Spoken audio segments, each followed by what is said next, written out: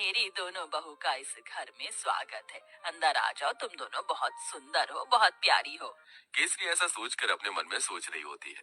अब मेरी दोनों बहू आ गई हैं, इस घर को अच्छे से संभाल लेंगी, जैसे कि मैंने संभाला है। ऊपर से अब ठंड में मुझे काम भी नहीं करना पड़ेगा। जैसा मैंने सोचा था उससे भी बहुत सुंदर है मेरा ससुराल। अपना ससुराल देखकर तो मुझे इतनी खुशी हो रही है कि बस क्या बताऊं। मेरी तो सारी ठंड भी भाग गई। यहाँ तो किसी चीज की कमी ही नहीं है। सच कहूँ तो बहुत सुंदर लग रहा है ससुराल। पहले तो मैंने बहुत गरीबी देखी है, लेकिन ससुराल में किसी चीज की कमी नहीं होगी क्योंकि सब बढ़िया है। दोनों बहू के चेहरे पर मुस्कान थी। तुम दोनों बहुत थक चुकी होगी और तुम्हें ठंड भी लग रही होगी। चलो, मैं तुम्हें तुम्हारे कमरे में छोड़ आती हूँ, उसके बाद तुम्हारी पहली रसोई की रस्म करेंगे। केसरी ऐसा कहकर अपनी दोनों बहू को उनके कमरे में लेकर जाती है, जहाँ दोनों बहू थोड़ी देर आराम करती हैं।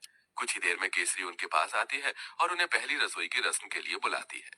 तुम दोनों ने आराम तो कर ही लिया होगा, चलो पहली रसोई की रस्म भी कर लेते हैं। केसरी ऐसा कहने के बाद दोनों बहू को ठंड में रसोई में छोड़कर बाहर चली जाती है। थोड़ी ही देर में फिर से वो दोबारा आती है। मुझे माफ कर देना, मैं तो तुम्हें सामान निकाल कर देना ही भूल गई, अभी देती हूँ।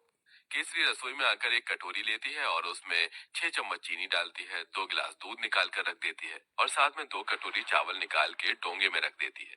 ये रहा सारा सामान। अब तुम अच्छी सी स्वादिष्ट खीर बनाकर सभी के लिए मीठे में लेकर आ जाना।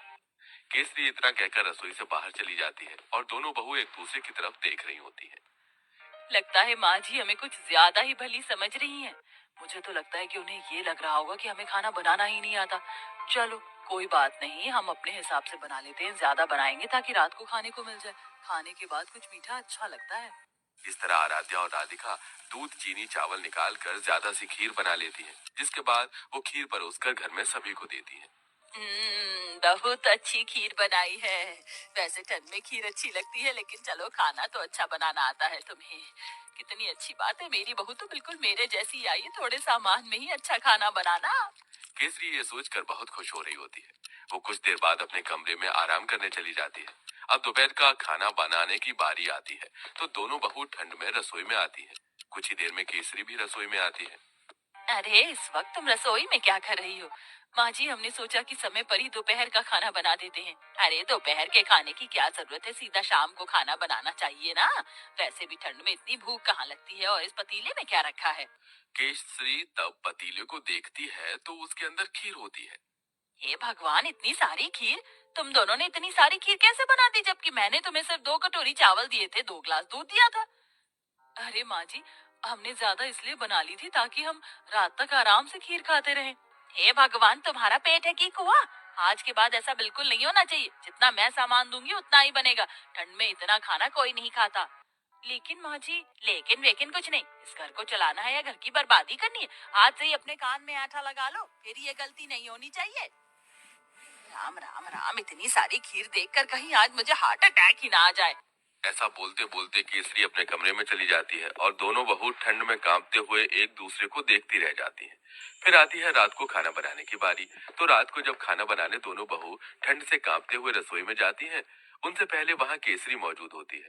उसने पहले ही सब कुछ गिनती करके निकाला होता है। देखो बहू, ये एक बैंगन है, 4 आलू हैं, साथ में मैंने आटा निकाल कर रख दिया है। इस आटे में से केवल 10 रोटी बननी चाहिए। 2 मेरी, 4 तुम दोनों की और 4 दोनों मेरे बेटों की। ऐसा कहकर केसरी रसोई में चली जाती है। इस तरह दोनों ही बहू कंजूस सास से बहुत ज्यादा परेशान हो जाती हैं।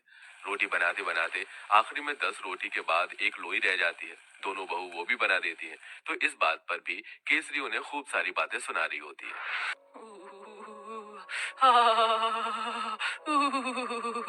बहुत ठंड लग रही है। एक तो घर के सारे काम करो, ऊपर से खाना भी बनाओ, तो गिनती का मेरा तो पेट भी नहीं भरता। पता नहीं कंजूस सास हमें कुछ खाने क्यों नहीं देती। सही बोल रही हो। ऊपर से रसोई में काम करते हुए ठंड लगती है। हमारी सास हमें एक हीटर भी नहीं ला कर दे सकती। वैसे मुझे बहुत जोरों से भूख लगी है। 2 रोटी में मेरा क्या होगा? एक आखिरी में 10 रोटी के बाद एक लोई रह जाती है। दोनों बहू वो भी बना देती हैं। तो इस बात पर भी केसरी उन्हें खूब सारी बातें सुना रही होती है।